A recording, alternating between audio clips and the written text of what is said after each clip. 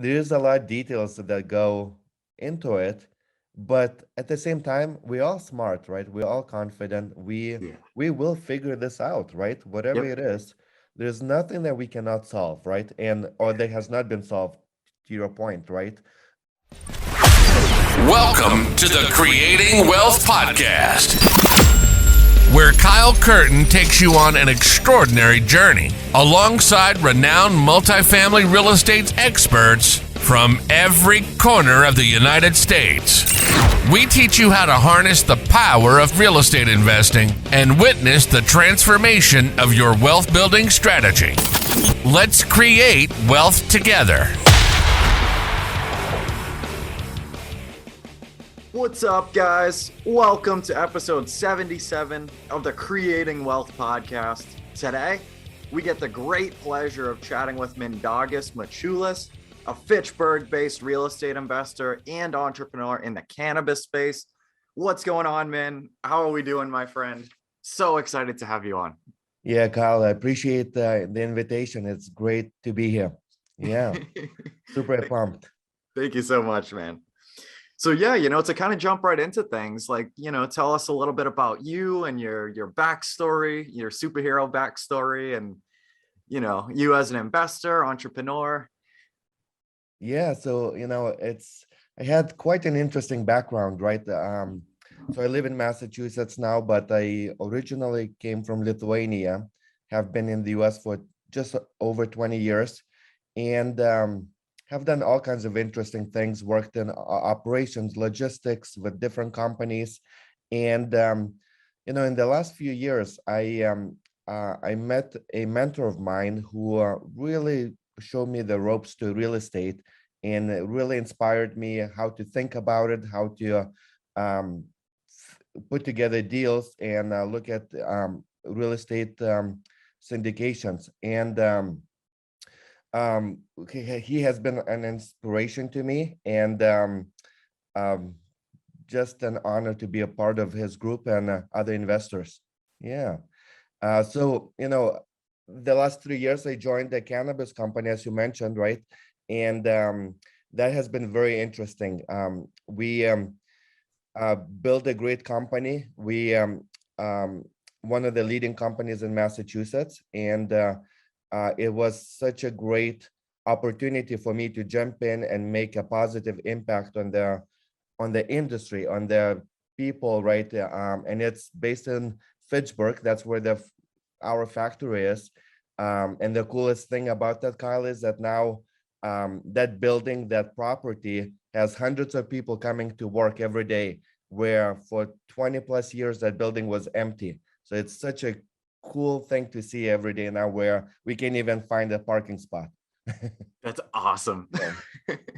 That's unreal, man. To go from having that vision and being able to especially take a building like that, that nobody's touched and, maybe the neighbors call it an eyesore or something like that and completely revamp it into this, booming, what's the word for it?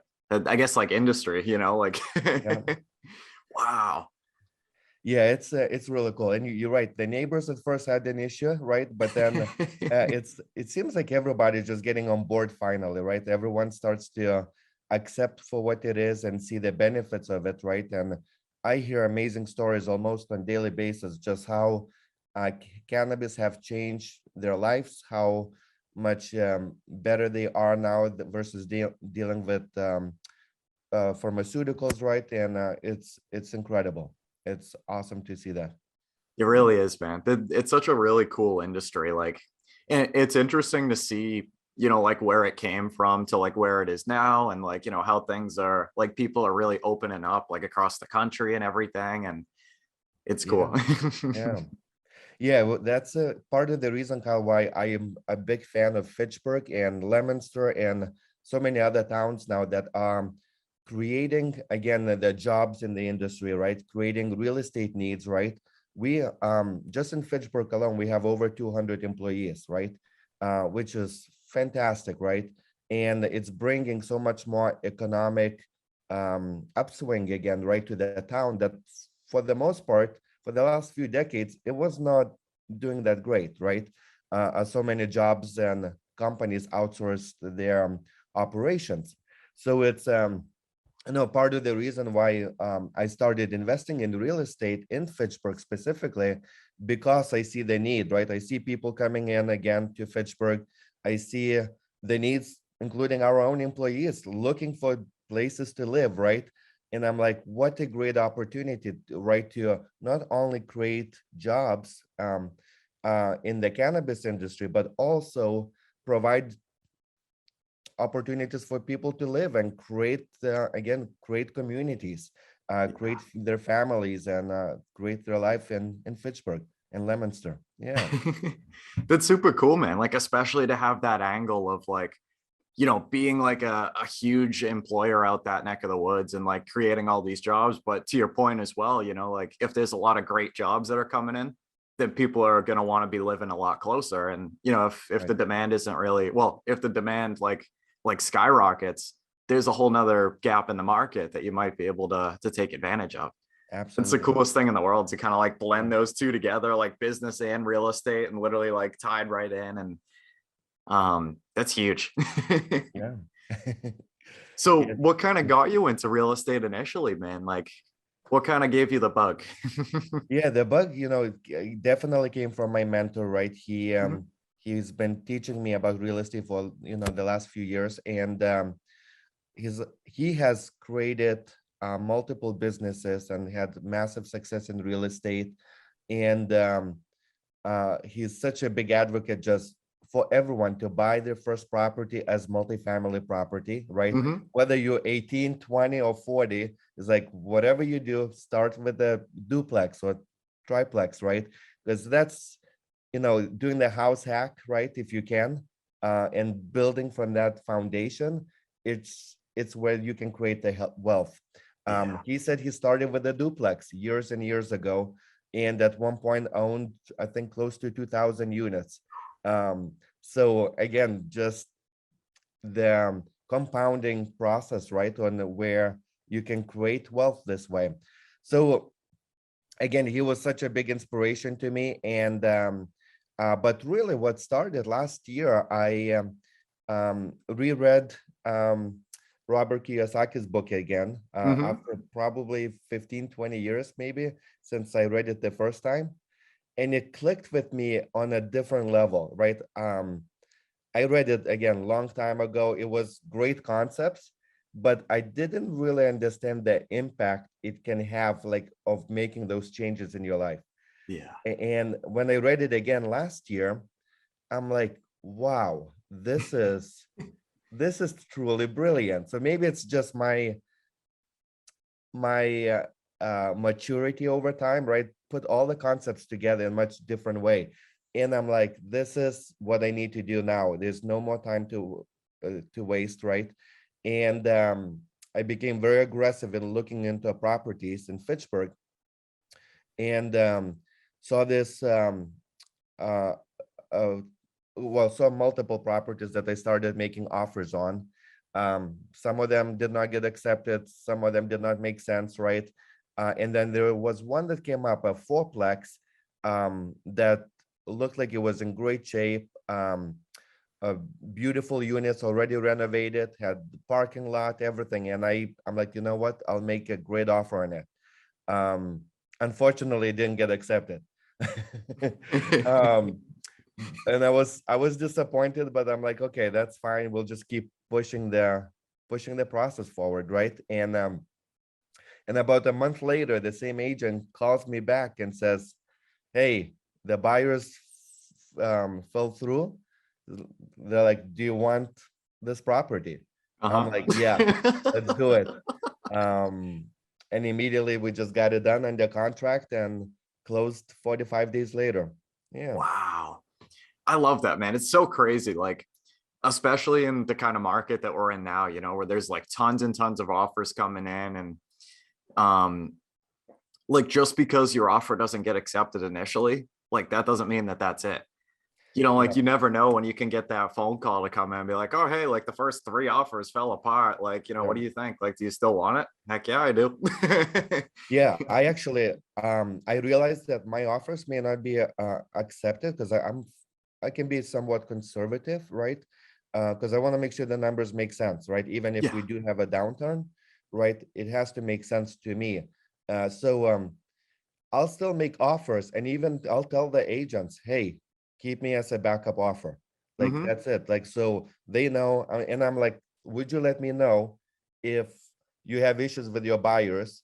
I'm like, I'm very serious, but I understand I'm not the highest offer, Yeah. but keep it as your second best offer. Um, and sometimes it will work, sometimes won't, right? But it's good to be in that position.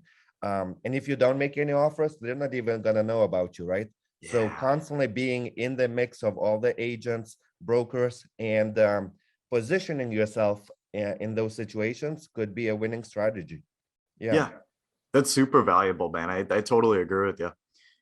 I was in kind of a similar position when I was looking around, putting a couple offers in like here and there on certain properties. And when I got the property that I ended up closing on under, like under contract, I remember I was driving out this way and like same type of thing. I got a call on my phone. They're like, oh, this is, the agent from X street, and things fell through. Like, would you want to, still put an offer in? I'm like, Yeah. oh, I would, but like, I got this one under contract, like, good luck, hope for the best, that kind of thing. But you just never know. You never Exactly, know. man. And Right. if you don't put offers in, that's not going to happen. Right. So like, even if like just throw your hat in the ring and like, you never know, like you're Right. opening up the door for possibilities for things that like you might not expect at all. Right. Yeah, absolutely. It's such a um, great advice, Kyle. And not only I would say always ask also to see if they have other properties, right? Yeah. Um, that's another great tip because it's a lot of investors, especially if they're absentee owners, right? And they maybe they're at a time in their life where they're now just selling all their properties, right? So it might be just a one property at a time that is on market. But sometimes I look up the public records and I can see, right? There's a few of them that they have, right? And I'm like, hey, can I, let me know about the other properties if you're interested in selling, or even let's see if we can buy two of them at the same time, right? So for them, it's an easier transaction as well, right? That's So huge. That's a yeah, huge tip, man. yeah, Like you just never know, I mean, yeah, a lot of people a lot of people don't want to stop at just like one duplex, like most of us want to, keep buying properties over time and everything. And, eventually situations are going to change, or maybe you want to cash out or like, go start a business with that money and, right, and transfer it from asset to asset. And you just never know, right. so to ask that question of like, oh, hey, like, I see this one is, like you're selling this one, but, do you have any other ones? Like I'd be more than happy to see if we can figure something out and see if it works for both of us. And you never Absolutely. know. I mean, the worst they can say is no, That's right? right. Yeah, and no is always just at the time, right? You can, Exactly. you know, yeah. I love that, man. That's awesome. So what's kind of your drive and your vision, for the long term, like for the business, like as a investor, like entrepreneur? Yeah, it's a great question, Kyle. My drive is actually my family, right? Um, when I was growing up, we really came from nothing, right? And I moved to the US when I was 17. Um, had one suitcase with me, and that's about it, and needed to start my life. And my parents were still in Lithuania for actually just until recently. And so I knew I need to make it in the US. And it was rough, definitely rough at the beginning. I barely spoke any English and had to just build everything, right? Luckily, I met amazing people in my life and built great relationships and who helped me, who mentored me, and I'm so happy to be in that position to give back to so many of them right now. Um, so that the drive to succeed was always in me, right? Like I always wanted um to show to myself that I can do this, right? Yeah. But now I should now have an amazing family, have a wonderful wife and two kids. They have become my why, right? The driving force behind everything I do. And I don't want them to be in any position financially, a bad position where they would not be good, right? If something happened to me, right? So creating opportunities, creating wealth, creating passive income is for them and for me as well, is what drives me, right? I just want to make sure they would be okay. Um, and real estate is really such a great tool, right? A great aspect of creating that wealth, right? Um, Not only you can benefit from a cash flow, but also from appreciation and tax benefits, right? It's which is why it clicks so well with me, right?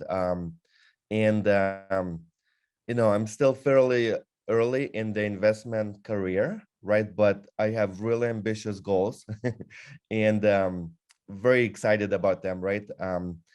Uh, I belong right now to a group of investors that have properties, multifamily properties, all over the country. We're focusing on really large complexes, even anywhere from um, 20 to 200 units. And being a part of this group has been really fascinating and exciting. And we, my goal in the next year to acquire 100 units, and then Right. in the next 3 years to get to 500 units. And then we'll go from there. But um, I know it's all doable because I see other people in my group of investors doing the same thing, and actually some of them have thousands of units now. So Yeah. it's really incredible to see that, and it's such an inspiration as well. It really is, man. Like just being around those right people can totally change your life. You know what I mean? And like on your own, like, being super ambitious and stuff, like it like you might not see how possible it actually is, until like you see some of the people, like you said, that are doing that like times Right. 10. You're like, oh, it's not that bad. Like we'll do that, no problem. Yeah. Yeah, it completely changes your mindset, right? And a lot of people say you need to think big, but it's so hard sometimes to think big until you see it and experience it, right? Yeah. Um, like that was my issue for many years, right? Like I could not think behind my own limitations, my mind limitations, right? Like if someone said like you can own 1,000 units 10 years ago to me, I would not think it's possible, right? It Yeah. didn't seem achievable. I really couldn't grasp that concept on how can someone do this, right? Until I met people who do this, Yeah. right? And when they walk you through that process, how they do this, you're like, huh, it's really not that complicated, right? It takes a lot of grit, a lot of work, a lot of um, just discipline, right? To do what you need to do, right? A lot of things that a lot of people won't do, but it is achievable. It is doable, and learning from them and seeing how it's done is what makes you start believing and thinking that at the same level, and that's where it all starts. 100%. That's something I'm extremely fascinated with, that concept of like one way that like perceive something, like maybe like I guess maybe like levels of like self-limiting beliefs are going to be drastically different from like when you first start to like, starting to kind of tiptoe into things a little Yeah, bit to starting to get into things and then like really, really get into things. And right. like, it's like, you're just going to like be more free, like the more people that you meet and everything. And like people are doing like really big things. And all of a sudden those self-limiting beliefs of like, oh, like I can't do that. Like that's way too big. They just start to like disintegrate, like they're just Yeah, not there anymore. And yeah, it like just being around those right people is just really imperative, to doing big things. And the cool thing is too is like, most of the problems that you're going to have and everything, like they aren't new problems like to the world, that's right. so like you know, Yeah. like raising capital or something like that. Like, oh, you know, like, yeah, it's difficult, like, right, you know, right off the bat and everything, but has it been done before? Yeah, Yeah. like millions of times. Millions of times, You right? know, and And like being if done you're, every day. Yeah. yeah, Yeah. you know, and like if you're around the right people, be like, oh, hey, you know, like this is kind of what I was thinking. Like, you know, I want to raise like this much from like, you know, these kind of people, and this is how I was going to go at it. Like those people might be able to help you out and be like, oh, actually, you know, this is a way that was kind of working for me a lot more. And like, you know, it's done this much. And Right. it's unreal, you know, like Yeah. like your mindset will just like permanently keep getting rewired, like the more and more that you keep digging and everything. And it's something that's really special. Yeah, it's all a process, right? At the end of the day, it's all been documented, right? It's all been proven so many times. Um, the raising capital or putting the deals under a contract, putting syndications together, it's all a very detailed process, right? Yep. And there's so many investors that share that, right? And they're happy to share that. And you know, if you just follow that, it may be difficult the first few times because it's new, right? It's all Yeah. normal to everyone, but you get better and better and better with that process, right? And it's not complicated. It's hard because you have to do it and you have to fight your fears, right? And those limiting beliefs, but Mhm. you just have to do what needs to be done, right? And I love that about you, Kyle, right? You starting in, I wish I did this 15, 20 years ago, right? Which is, I'm so jealous of you and the position you're in, right? You starting out this, learning all of this, taking it all in. You're such a great connector. You're meeting so many people and you connecting them with each other, right?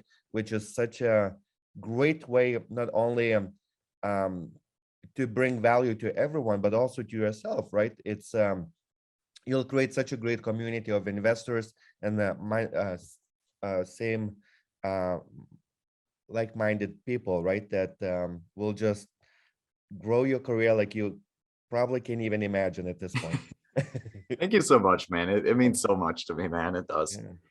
Yeah, it's just nuts, man. You know what I mean? Like literally, like understanding the concept of like you can do anything. Like I was having this conversation actually with somebody like a couple nights ago.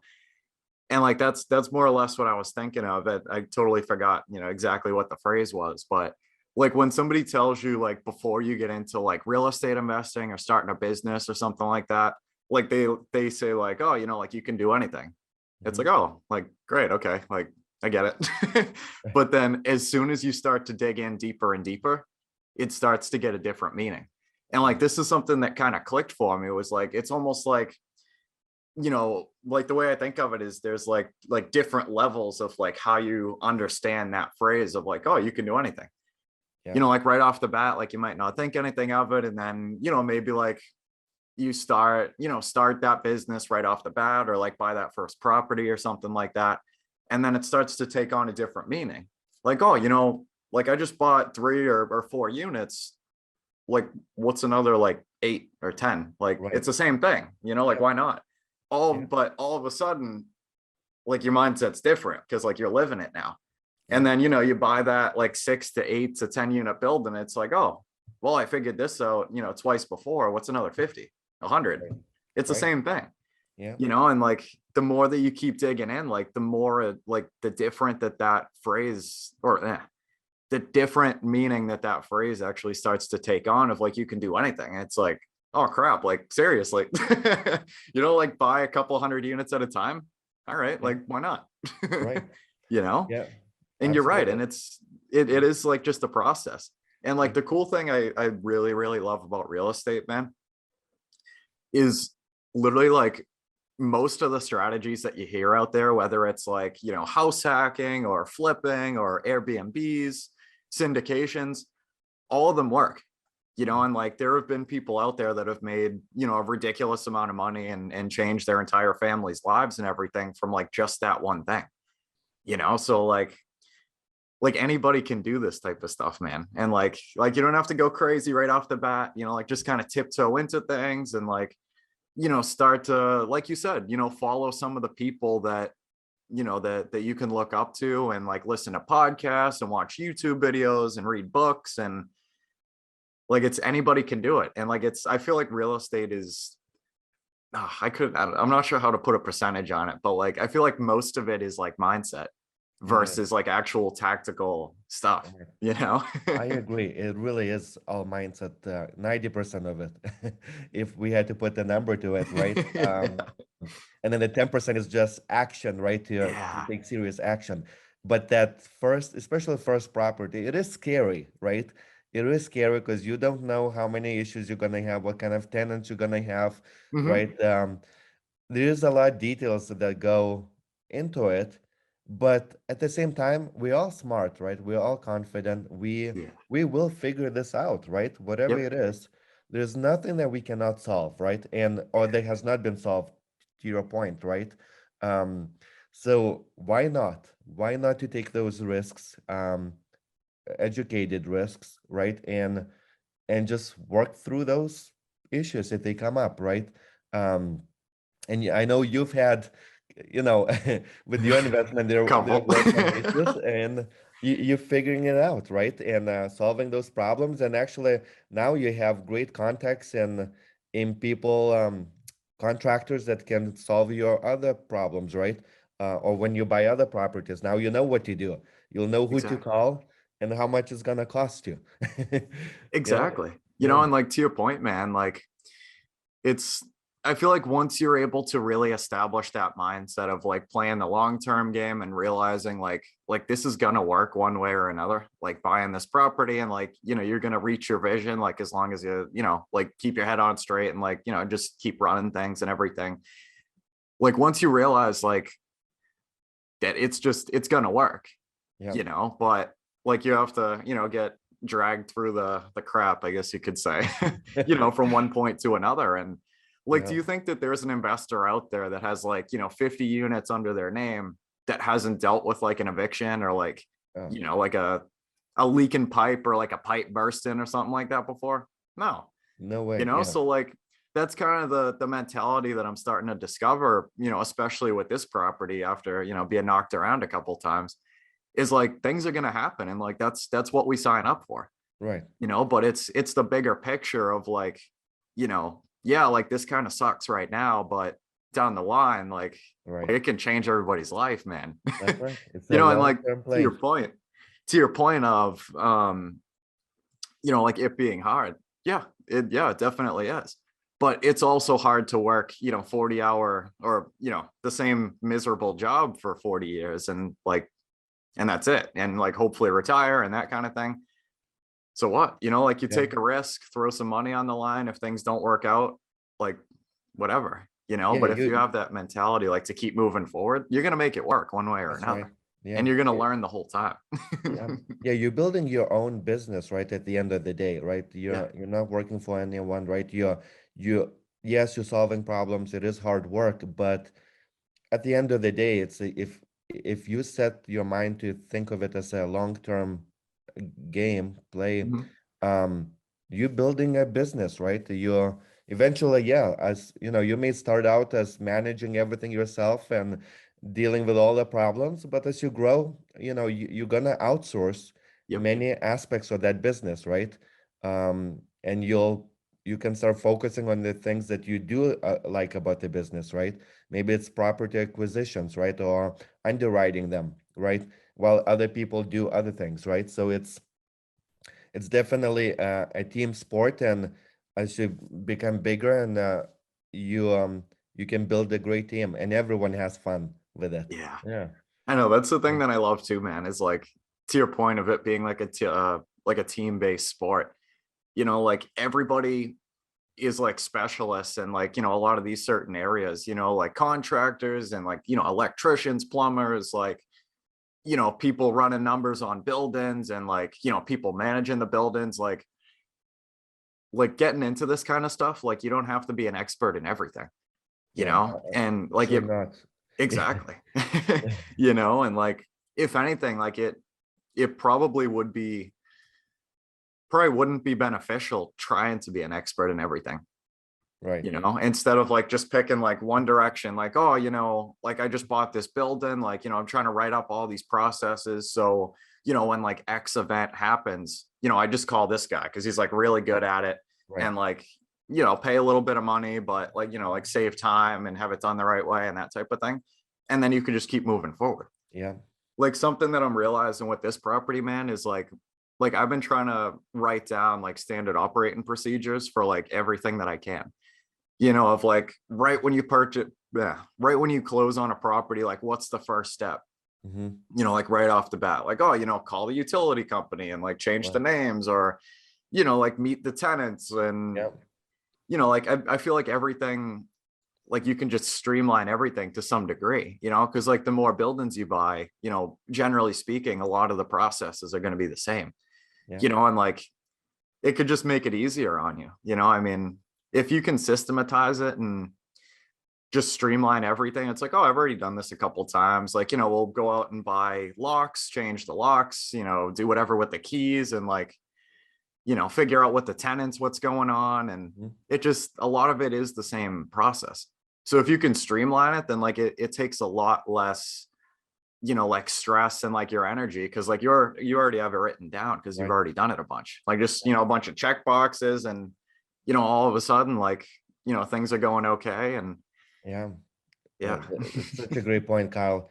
I came from that operations background that I mentioned, right? And when I worked with pharmaceutical and medical device companies, everything was super detailed and super documented, right? You could not do anything in those factories or distribution centers unless it was documented, and everyone was trained to exact step-to-step process, right? And so everything's systemized, and when you systemize it, everybody knows what to do, but also the mistakes are minimized, right? Yeah. Because it's a proven process. And because you have a baseline, then you can also look on how to build a better model, right? Because you know what works, what doesn't, right? And you can compare it to that baseline.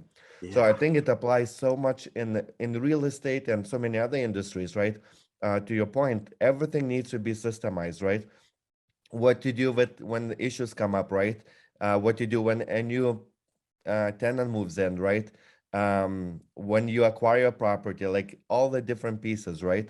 And that's what great investors that scaled quickly, that's what they've done, right? They systemized every single piece of it. And that's when it's easy to bring new people to the team because you already have a process. You can just plug them in and say, run with this, right? And continue to improve it, right? Yeah. But it's an easy model for someone to jump in and just build on that. Yeah. Yeah. I totally agree, man. Yeah. And like even like think about it in the regard of, people that are doing like 10 flips a month, or like, doing like so established, like it's not even funny. Like you have a Right. million projects going on. If you don't have systems, like you're gonna lose your shirt very quickly. Yeah. Like everything's Right. hitting the fan, and like you're playing firefighter trying to take care of all these emergencies Yeah. and messes and people not answering and this, that, the other. And like the only way to scale and to succeed, like, is to systematize it, and Yeah. like keep stepping away and like making it easier to, acquire these properties and find these properties and write offers and everything. And Yeah. like And basically, I think it's really interesting. Like the bigger you want to go, it's almost like the less you want to be a part of, only like the bigger picture, yeah. like higher level type of stuff. Yeah. And Well, I yeah. think it's important to stick to the reasons also why you're into this business, right? Yeah. Um, I'm sure you're not in it to spend your days, right, fixing property issues, right? Whether it's furnace, toilets, whatever, right? Hmm. That's that's really not the ultimate goal, at least not for me. Yeah. So you know, you worked very hard at the beginning in order to put those systems in place, finding the right people that you can plug in so you can actually focus on what's really important to you, right? Whether it's Yeah. family, traveling, um, or acquiring more properties and scaling, right? It's again, it gives you those options, right? And that's one thing I I think a lot of new investors struggle with, Kyle, Yeah. that's scale, right? Or ability to get beyond that one or two or three properties, right? Because they get so sometimes sucked into wanting to do everything themselves. But Yeah. when you do that, you're not really building the business, right? You're just working. You're still Working in working it. for yourself, but you are working in it, right? So yeah, always as I'm thinking about different problems now, I always think of Who Not How, and it's a great book by Dr. Benjamin Hardy. Um, always think of who first before Yeah. how, because we can all spend time and learn things, right? How to do this, and you can watch YouTube videos and everything else. But more importantly and more impactful will be to find who can do those pieces for you so you Yeah. can focus on what's important to you. I Yeah. love that, man. I've heard that book referenced in like so many places. I haven't Yeah. read it yet. It's definitely on the list. Yeah. Yeah, it's such a great book. It really changed my mindset on how to think about that. Yeah. Um, I mean, yeah. to your point too, man, of like there was an investor, actually another agent on our team as well. He right after I bought this property, he was telling me, he's like, man, like, make sure you find an electrician, a plumber, and a handyman Yeah. for, like the house that you just bought, like that covers like that general area. He's like, so then, you already kind of like dig the well before you have to drink, so because like nobody plans for like a water heater to go out or like two oil tanks to start leaking on you. Like nobody plans for that. Like it's not like, Yeah. oh, like this is gonna happen on Saturday at 3 o'clock. I better call a contractor at 2 and like, get somebody lined up. Right. No, it's gonna happen on Sunday night at 6 p.m. when it's really freaking cold outside. Yeah. So like that's a system, to already have like a couple people lined up, like, oh, like if something hits the fan, like I'll just give him a buzz and hopefully get him out here like ASAP. Mhm. And if not, like then it's somebody that does. And to a lot of the points that you were talking about earlier, man, like when I found my tanks leaking, like there was a couple minutes where I was kind of freaking out. I'm like, I don't know what to do. I'm like, I'm trying to call people, whatever. And then I realized, I'm like, or I realized something in that moment. I was like, if I'm gonna keep building this business and everything, like you can't freak out. Like things are gonna happen. Like you have to kind of practice that. This is something that I realized, at least for myself. I'm like, I have to, step back, like take a breath and just kind of like, you know, look from the outside in of like the situation that's going on. Like you can't be like reactive, like, and yeah, I mean it's something that just kind of hit me hard is like you can't freak out, like it's natural, like things are gonna happen, like it's part of the process, like it's part of our learning, it's our tuition, for bigger and better things. Absolutely. And yeah. Yeah. Yeah, and things will happen for sure. I have a great friend of mine who's buying properties as well, and I mean, it seems like he had quite a bit of bad luck at the beginning. Like, I mean, Hmm. it was bad tenants.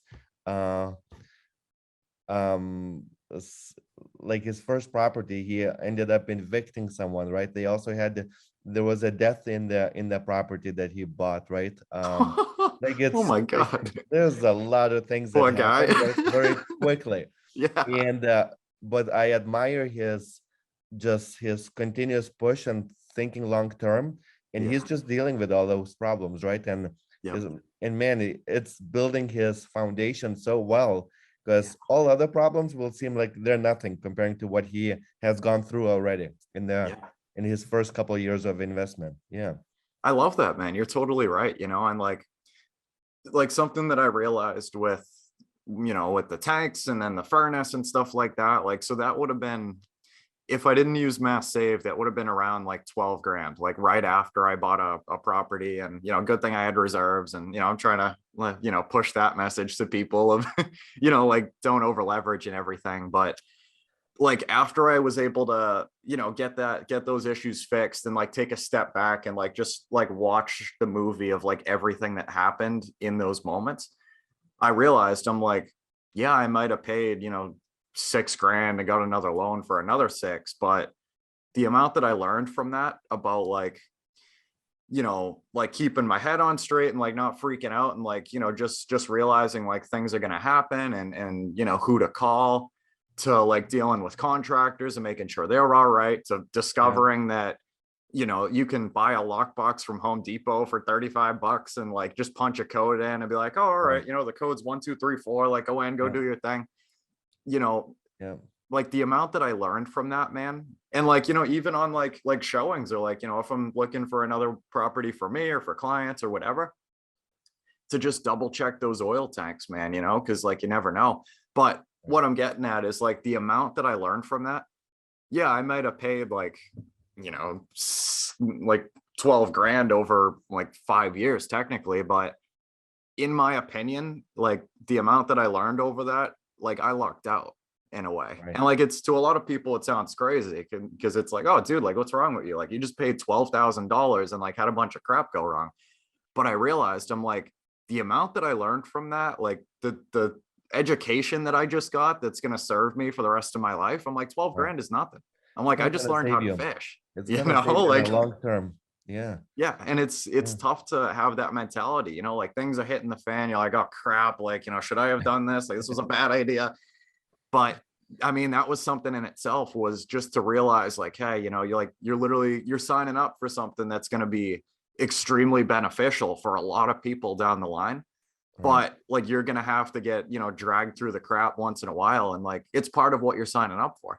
Yeah. And like, I was thinking, I'm like, I don't have a choice, you know, like you know, when I found the tanks leak and I'm like, I just need to have this fixed. Like, I don't have a choice. Like, I'm not going to leave them like that, you know, like, so like, why freak out, you know, like just kind of like try to rationalize as much as you can. And it's like, oh, you know, like things happen, like, you know, call people up and yeah, it kind of sucks and, you know, whatever. But I mean, it's to be able to kind of you step handled back. it well, right? Like I admire that you made so many calls. You did not give up. You called everyone until you got the answers and someone to come in and get it done for you, right? So great job on that. Yeah. No, thank you, man. And like, it's something that I realized. I was like, when things are going wrong, like you don't have a choice but to get it fixed. Like things happen. So like, why freak out over it? Like just try and rationalize as best as you can and be like, all right, like, you know, this drain line is squirting water every once in a while. Like,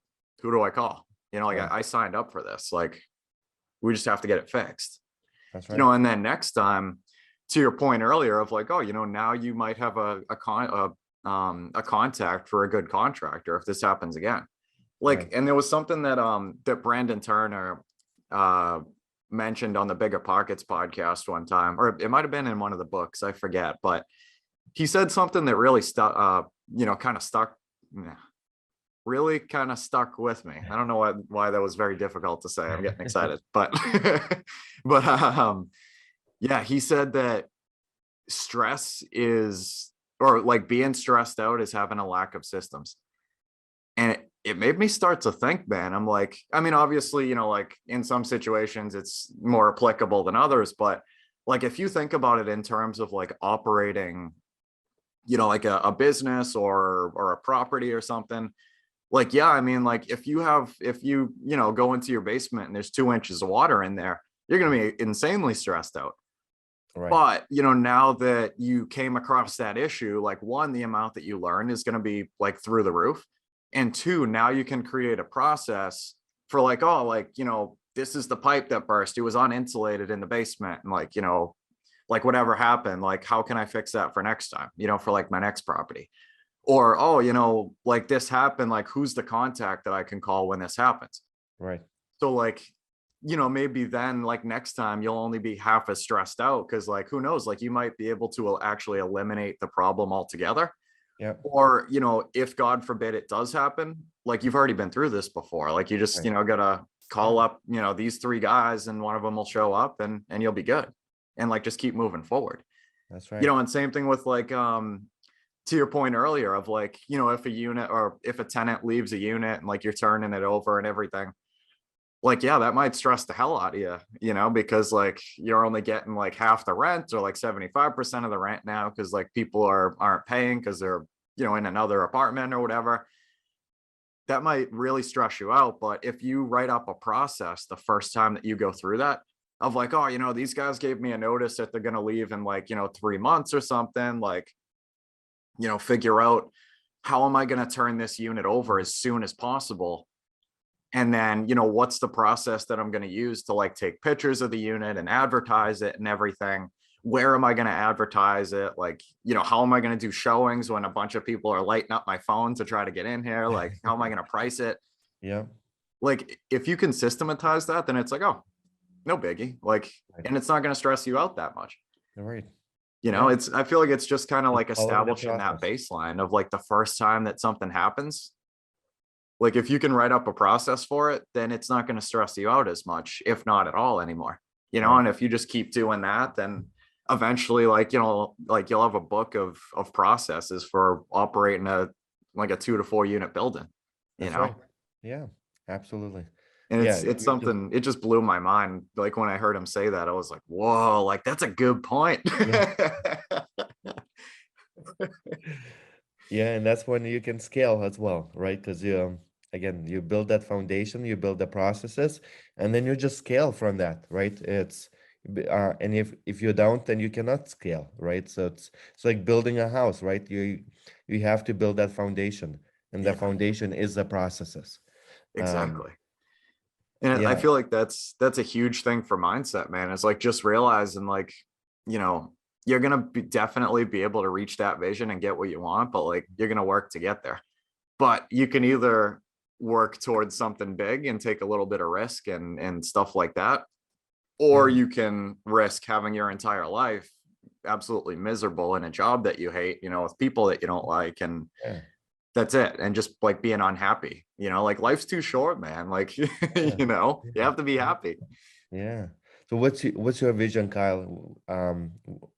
What do you see yourself acquiring or having in, let's say, 3 years? Ooh, 3 years, man. I love it. Yeah. So I'd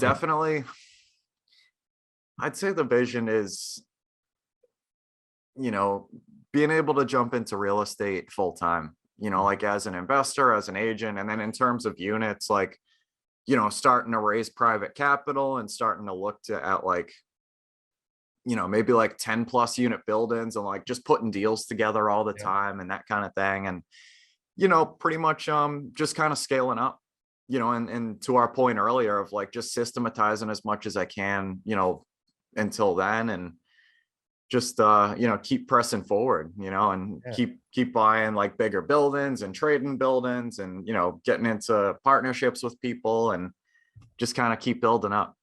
Yeah. That's awesome.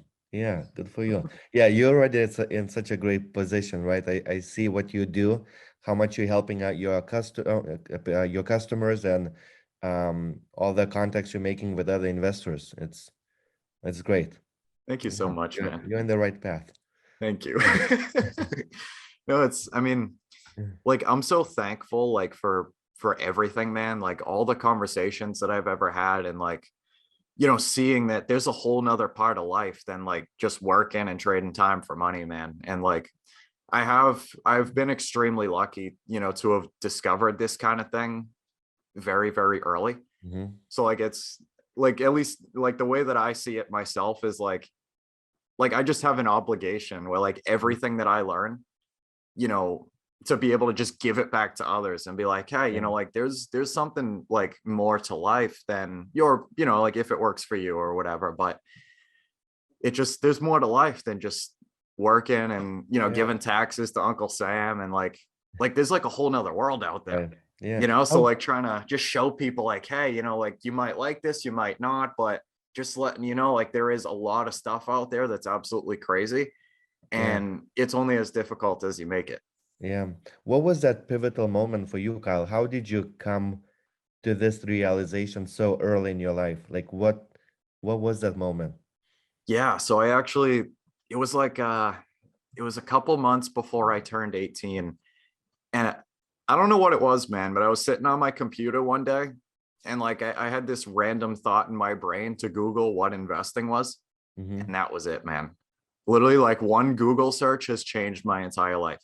Wow. And like, from that, it led into like I started reading into stocks, and like it was all over, man. Like the big bang just went off. I'm like literally a whole different person in a matter of 5 minutes. And like Yeah. this is it for like the rest of my life, and like starting to learn about stocks and how markets work, and like, Yeah. Not trading time for money anymore. And like, why the wealthy get wealthy. And it's like, all of a sudden you go from having that mentality of like, oh, like rich people are, really snobby, and like you have to invent this like big product and this big company and have a ton of money and everything.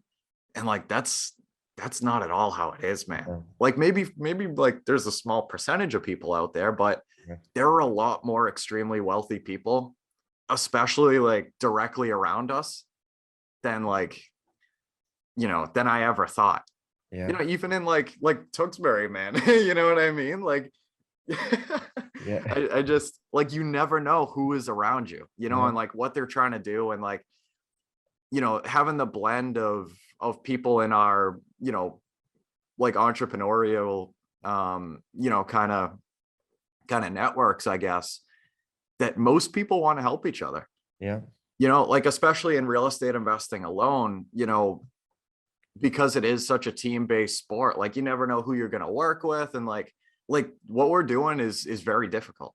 Mhm. But because there are a lot of us, like, we're able to work together, and like, like everybody grows together, like to that analogy of, like all the, like the boats on the same water, and like everybody like rise, and like, while the tide goes up and that kind of thing. And, like even if, like what I tell people sometimes, man, is like, even if two people are looking for, like a multifamily on the same street in the same town, like a lot of people from the outside in might be like, oh, like those guys are competitors. Like they're trying to just go like, put in higher offers on each other, and like, like they hit each other, like that kind of thing.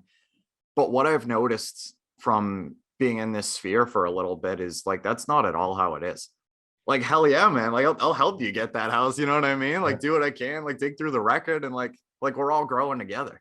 Yeah. And like I've never seen that anywhere else, like especially in like the W-2 jobs that I've had.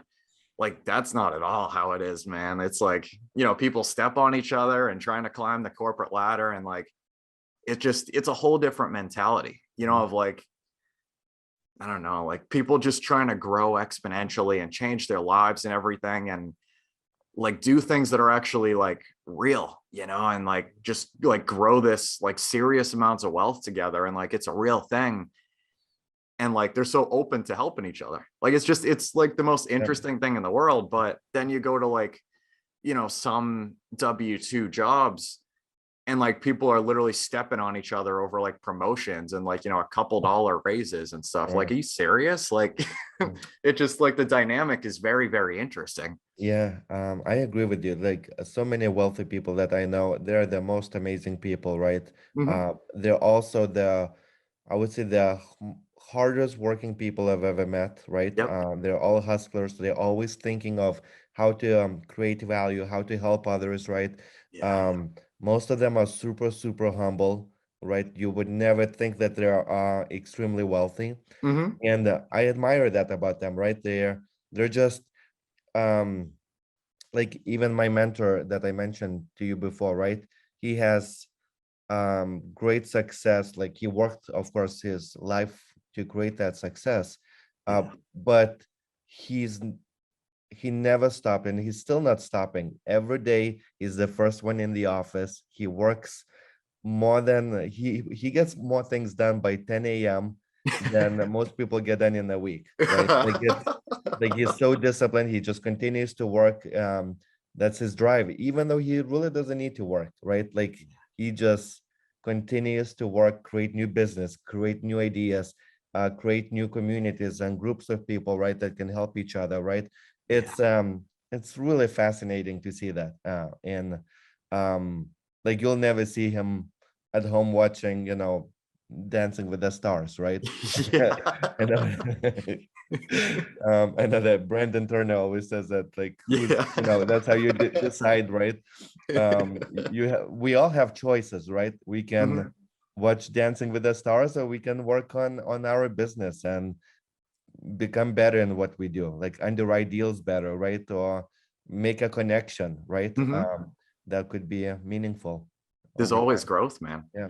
And to your point, like there was another guest on the podcast that came on a while ago, and the way he phrased something like is another thing that really stuck with me. Of like, if you look at some of like the quote unquote like uber wealthy people, right? Jeff Bezos and Bill Gates and those kind of people. Yeah. Why are they still working? They get all the money in the world, but why are they still working?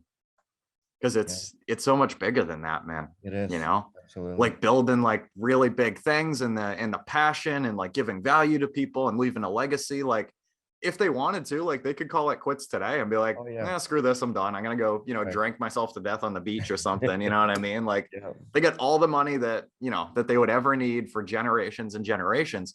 Right. But why are they still going into the office? Because Yeah. it's so much bigger than that, man. It is. It's that creative process, right? Making an impact, creating something that has never been done, right?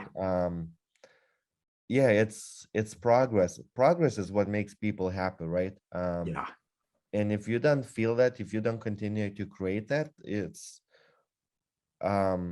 you'll be at your deathbed very soon, right? Versus living a very meaningful life, right? I don't want to die knowing that I did not take some chances and create something amazing, right? I don't want to have regrets. Part of the reason why I even joined cannabis industry, Kyle, was like I knew it was a risk. I knew it was a new industry. There's so much unknown, right? However, I knew that like looking back, like if I'm 80, I didn't want to think back that what if I would have missed on this opportunity? For me, that was more meaningful than sticking to my previous job, right? And just doing what I did at that time. I totally agree, man. Like regret is like literally the scariest thing in the world. Because like if you think about it, like if you're sitting there when you're like 80, 90 years old, like there's nothing you can do about it. Those risks might have been there and like potential opportunities like 50 freaking years ago. And like, but that's like long gone, that's it. Like you just have to accept like, oh, there's nothing I can do about it. Like what if, like, that's like the scariest thing in the world, man. Cause like there's literally nothing you can do, right. Like right. we have to take, calculated risks and chances. And to our point about, the mindset of like having a rental or a business and everything, like if you take a risk, like if you take action, you're going to learn from it. Like if you make money, great, but like you're learning from it either way. Absolutely. And then like as long as you keep pushing, like eventually you're going to kick ass and you're going to kill it. Right. So like, I mean, what if you lose, a bit of money and like, things happen, but like next time you'll be able to see like, oh, I didn't do like this, and this, like, let's try it again next time.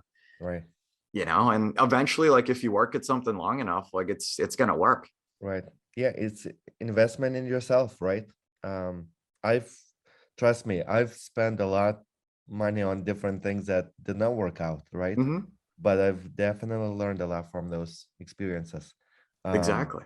And in most cases made great friends and great relationships as well. And that's, it's interesting, man. Like at this point, like I don't really see in terms of like quote unquote, like winning and losing, like I don't really see losing anymore. Like I either see like progressing and moving forward and getting paid for it and like doing great.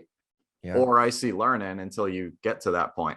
Like, you might lose, but like monetarily, like on a bank statement, you lost. But in terms of actually like mentality and like learning how to fish, like, man, like you just got a one hell of an education for like the amount of money, and I feel like that's kind of the only way to think. Like if you're only on like that upswing or like that, only way is up type of mentality, like you're either winning or you're learning. That's it. Like I feel like the concept of losing doesn't really exist. Yeah, I love that. I mean, unless you call it quits, then you kind of like cash out. But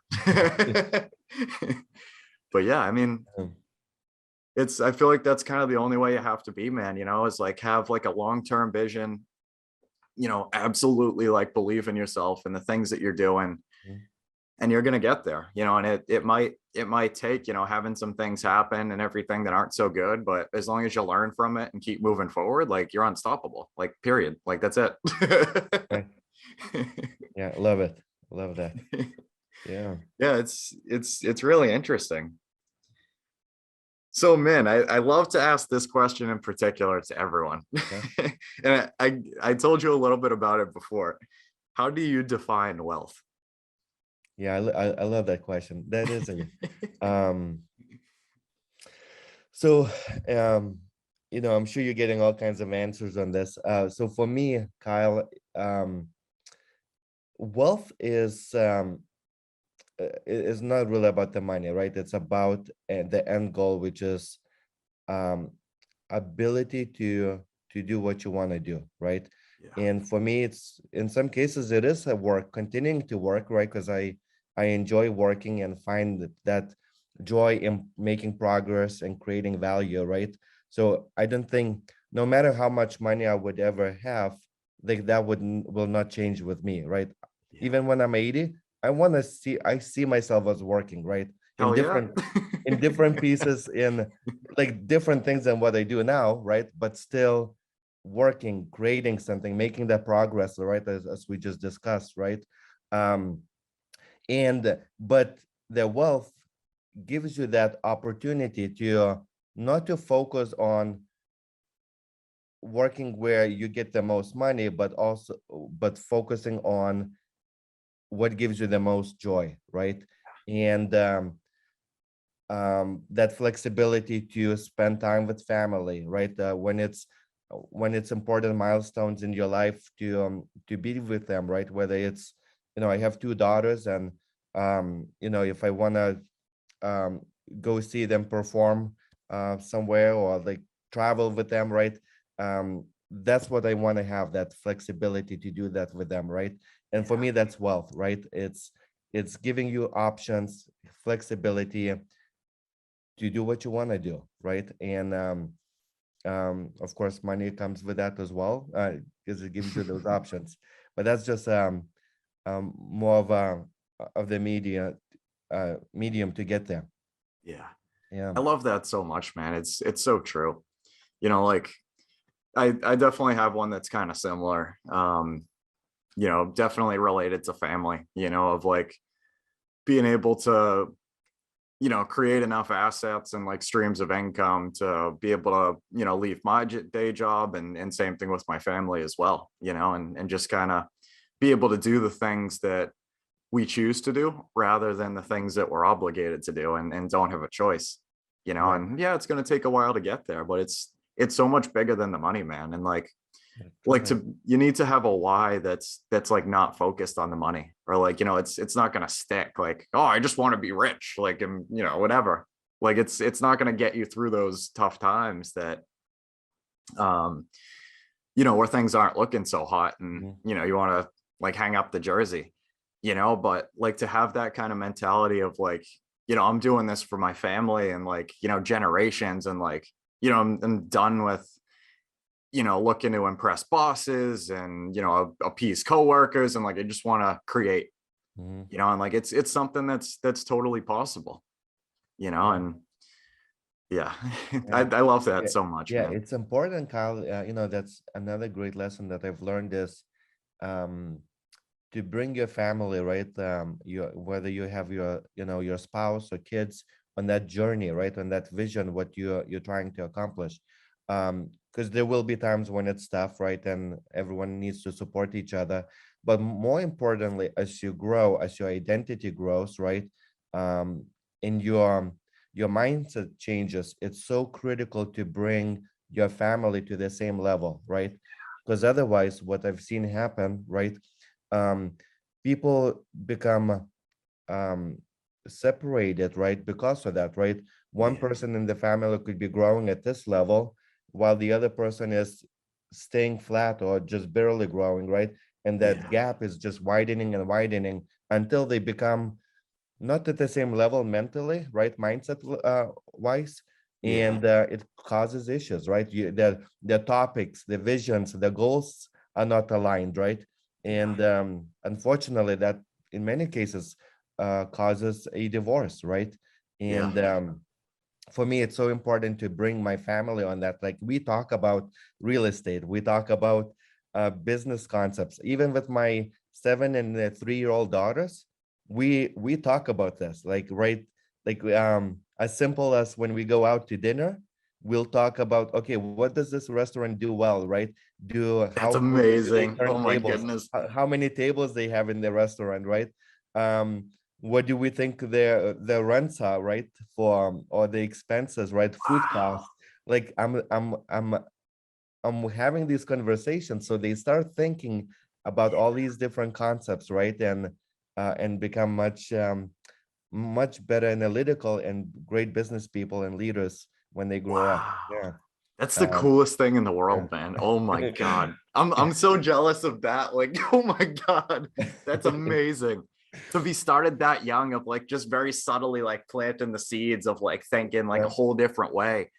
And man, like by the time your daughters are like 5 and 10, they're gonna be like writing out contracts Oh and yeah. everything, and like, Yeah. Dad, Yeah. put this offer in for me. Like Yeah. cash No, yeah. flow, looks pretty good. But if we do this to these 3 units, I think we'll be good. Yeah. And they love it. I love that they love it too. Um, we it's everything like last summer we did like a quick lemonade stand, right, which is a basic concept, right? But we are like, okay, how do we actually improve on this concept?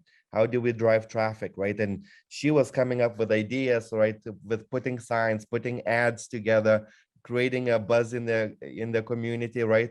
um Even creating or paying some kids to hang out around the lemonade stand, so it shows What? that That's there's a amazing. huge demand, right? These Yeah, are the concepts that are coming to her now, and she's 7, right? So I love that's that she's insane. she yeah. So I'm having so much fun with my kids and my Wow. wife too, who's starting to help me a lot in real estate now as well. Yeah. That's so exciting, man. That's like literally the coolest thing in the world. Like, wow. Yeah. Yeah. Oh my Fun goodness. things. Yeah. Yeah. That's incredible. So, man, I got one more question for you, my friend. And we Yeah. already kind of talked about it a little bit, but the question is, do you read? And what is your favorite business, investing, or real estate book that you would recommend to anyone? Mm. So I I know do it's read a tough to lot. pick one. Yeah, it is tough to pick one. I do read a lot.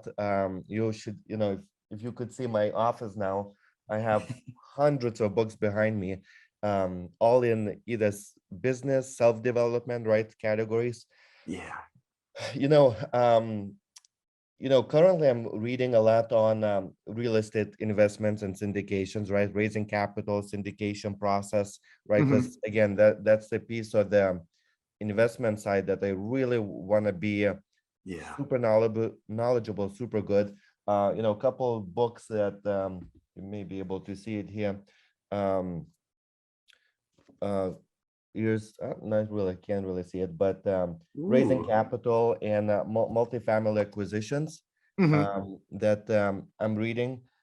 Great books. But if I need to pick one that's been a really life changing, um, definitely the Rich Dad Poor Dad, which Mhm. I know it's such a favorite of so many people. Um, is just the way it's written, right? And it allows you to grasp the concepts in very simple terms. Yeah. It's very life changing. And again, I read it twice. First time I liked it. Second time I loved it, and actually took it to that next level, right? To change my life with it. Um, but yeah, it's I have so many great books. One that I recently read was 100 Million Offers um, by Alex Hormozy. Have you heard of him? I haven't. Um, Really inspiring entrepreneur. He has had multiple businesses, and he created a value, basically a focused pricing, right? Where he's like, you can't just compete on pricing, right? You just can't win in that scenario, right? Yeah. You need to compete in differentiation, in value add, where people cannot even compare you to somebody else, because you're creating so much value, you're giving so much value, you're so different that you can ask for any price you want and you'll get it, right? In essence, that's what the That's book cool. is, versus offering what everybody else does, and then consumers can say, no, you're just like everybody else, and other people are giving it for a lot less, I'll go with them, right? So also changed my mind of how to think of services, solutions, to provide to investors, business owners that that could grow their business from that perspective, right? Versus just competing on price. Yeah. I like that a lot, man. I'll Yeah. definitely write those two down and get to those. Yeah. Have you Yeah. read Raising Private Capital? I think it's by Matt Fairclough. I think. I have, Absolutely and love that. he's a great guy too. Yeah. So yeah, Matt's done really well, and that's a great book. Yeah. Yeah. What's your favorite book? Ooh. It's kind of funny, man. Like, I don't think anybody's actually asked me like what mine is. Ooh. So I'd say like the biggest impact book was definitely, to your point of Rich Dad Poor Dad. The E-Myth was another one that like introduced process for the first time to me, and like, and that's another one that permanently rewired my mindset like for the rest of my life. The One Thing. The One Thing. Okay. Awesome. Yeah, The One Thing. Oh man, I love that book so much.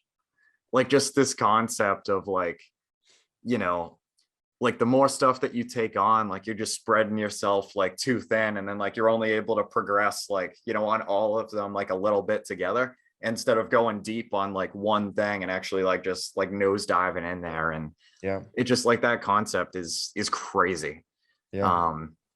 Definitely still trying to apply it. I always think of building bridges, right? And I don't know if that was in that book or somewhere else that I read it. Like if you want to get across to the other side, right, of the river, do you build 10 bridges slowly at the same time and possibly never making it to the other side, or you put the same focus and energy of 10 bridges into one bridge and get across very quickly with that focus, right? So I always think of that analogy, right? Which comes very handy all the time. It's so true, man. And then like once you see that, like once you build that first bridge, then you can use like the resources from that other island to be able to build up the next one and the next one and the next one and the next one. And I love that so much, man. And like once you see that type of thing and like understand it, like you can tell like yourself from like a self-aware kind of standpoint, like, oh, am I taking on too much? Or like, why do I still have my hands in this? Like I should delegate that, or like, maybe like just focus on like another area for now and like kind of leave that in the background. And like you can just kind of, be very self-aware, like once you like really like grasp that concept, and like it's absolutely wild. Yeah. That's I awesome. love that, man. Great books. We should start a book club, Kyle, and we should create a lot of great books. There's a million absolutely good ones out there, man. My list is like ridiculously long. I'm hoping to like literally like every single book that like anybody recommends to me, like I just throw it on like this huge like master list, and it's like wicked long. I'm like, I hope I like never get through this list for like the rest of my life. I'm like, I got like a million to read. Like, let's add a million more. Like I don't want like nothing to read, Yeah. And I mean, to your point earlier of like when you read Rich Dad Poor Dad, a while ago, and then once you read it at a different point in your life, and like it hitting a lot different.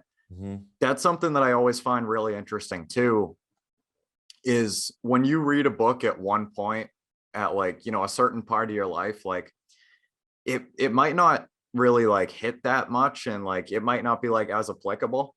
But if you read that book like later on, like maybe when you're, you've progressed a bit and like have built up a little bit, like that book might like totally change your life.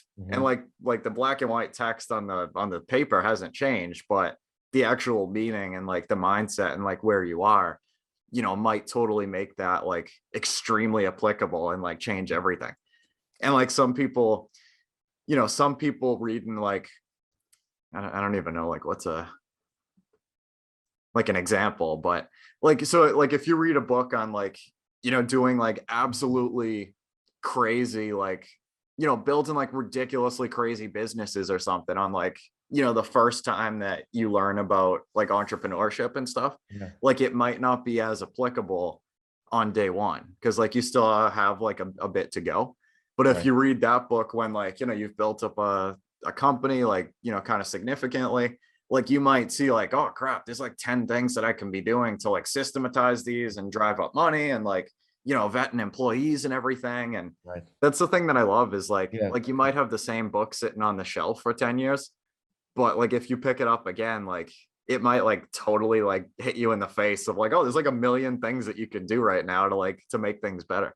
Yeah, because your reference points change, right? As you have more experience and you have possibly gone through some of those challenges that the book now refers to, right? So you're much more relatable, and it brings different value versus reading it first time and that you may not have had that experience and issues. Yeah, exactly, man. Yeah. Man, I could talk to you for hours and hours, my friend.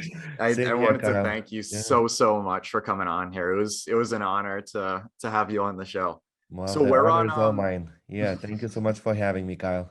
Thank you so much. So we're on like social media and stuff. Can you be found? I'll drop everything. I'm definitely on LinkedIn, but on Instagram, you can find me as men.maciulis, so Maciulis. And for my real estate business, I have creating a company called Short Path Capital, and so you can also send me an email at ir@shortpathcapital.com. Nice. And we'd love to connect with your listeners. I love how it, I can help them. Yeah. Thank you so much. Thank you so much for coming on here, man. That was absolutely awesome. No, great to be here. Thanks for having me. That's a wrap for today's episode. We want to thank you for being a valued listener of the Creating Wealth Podcast. Make sure to visit www.creatingwealth.com to connect with us. Dive into our ever-expanding library of informative blogs and explore a wide range of additional valuable resources. Stay tuned for our next episode as we continue to create wealth together.